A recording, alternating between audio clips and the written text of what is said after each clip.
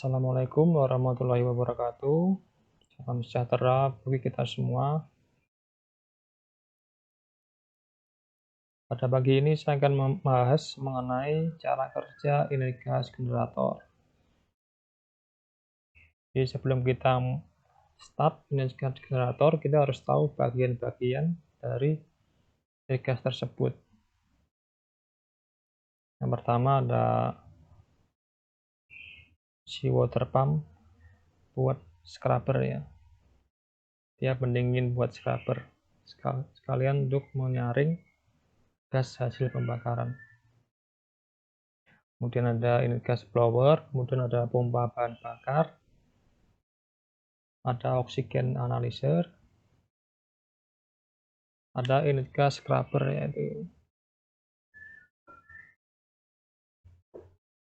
ini adalah unit gas scrubber. Proses pembakaran terjadi di sini. Kemudian ada dewater seal. Dari dewater seal dia keluar melalui non-return valve, setelah itu ke isolating valve di setiap tangki kargo ada. Jadi pertama-tama kita start pompa seawater ini. Kita start, kita pastikan oke, dia jalan masuk ke ruang scrubber ini, kemudian keluar ke overboard valve. Setelah itu kita start unit gas blower. Fungsi dari unit gas blower ini untuk menyuplai udara yang nantinya untuk digunakan proses pembakaran.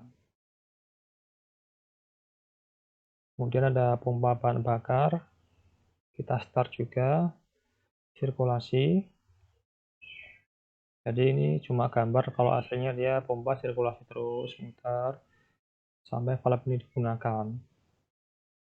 Jangan lupa kita buka kontrol air. Jadi pertama-tama setelah kita start pompa, kemudian blower, kita start bahan bakar. Setelah itu kita pencet glow on ini. Jadi kita pencet kurang lebih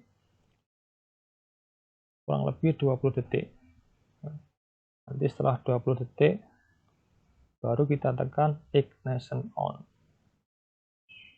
Ya, ini pilot valve namanya ya. Jadi start ini dia nyala kecil, pilot valve sudah nyala, lampu indikator ini nyala, kemudian kita tekan main valve ini, kemudian terjadi proses pembakaran. Nah, ini dia konstan terus terjadi pembakaran di sini. Hasil pembakaran tersebut kemudian disaring melalui demister scrubber ini, yang kemudian dispray menggunakan air laut. Nah, fungsinya ini untuk nyaring jelaga atau hasil pembakaran. Setelah dia disaring dan dispray didinginkan ini, dia masih melewati filter lagi, demister filter. Nah, saring 2 kali, kemudian naik ke sini. Nah, ketika dia melewat ke sini, dia akan melewati oksigen analyzer ya. Ini untuk mengukur berapa kandungan oksigen gas hasil pembakaran tersebut. Dan yang di bawah ini temperaturnya. Jadi setelah dia melewati oksigen analyzer, nah, kemudian ke sini dia. Di sini ada bypass, bisa ke atmosfer, bisa ke dewater seal. Nah, untuk pertama ketika kita start, dia akan menuju ke atmosfer, ke atas, ke gas buang, ke ceropong asap ke atas. Sembari menunggu oksigen turun sampai 3 atau 4%. Nah, dia akan kebuang ke atas ini, ke atmosfer. Keluar terus sampai menunggu oksigen ini turun. Kalau oksigen ini sudah turun, baru bisa digunakan. bisa kita gunakan untuk supply ke deck.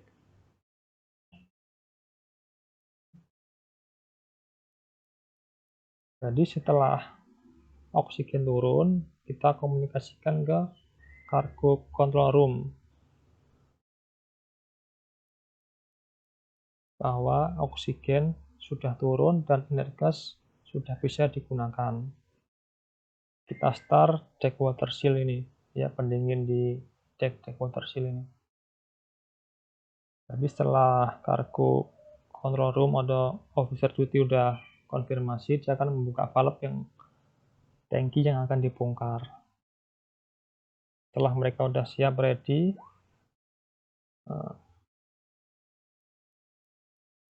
kemudian kita tekan inert gas ready ada di tombol panel. Setelah itu bisa dioperasikan lewat cargo control room. Jadi kalau sudah siap, oksigen sudah turun, ini baru bisa kita buka. Selama oksigen masih tinggi, ini akan tetap menutup, ini akan tetap kebuang terus.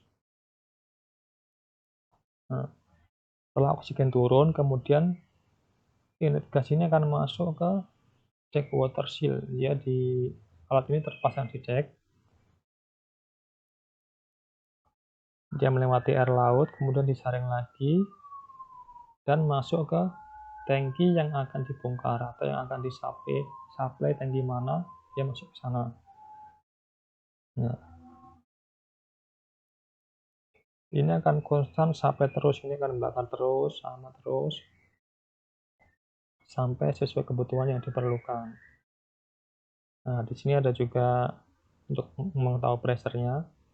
Misalkan terjadi alarm high pressure dari deck mungkin udah penuh atau ketutup, ini dengan otomatis valve ini akan tertutup. Valve yang menuju deck water seal-nya akan tertutup, dan valve yang menuju atmosfer akan terbuka. Ya, ini feeder phase-nya ya. Selain high pressure ini ada juga low water level, ini di deck water seal ada juga. Di inlet gas scrubber ini ada juga. Ini buat safety-nya, misal pressure-nya kurang atau levelnya kurang, dia akan nyala merah.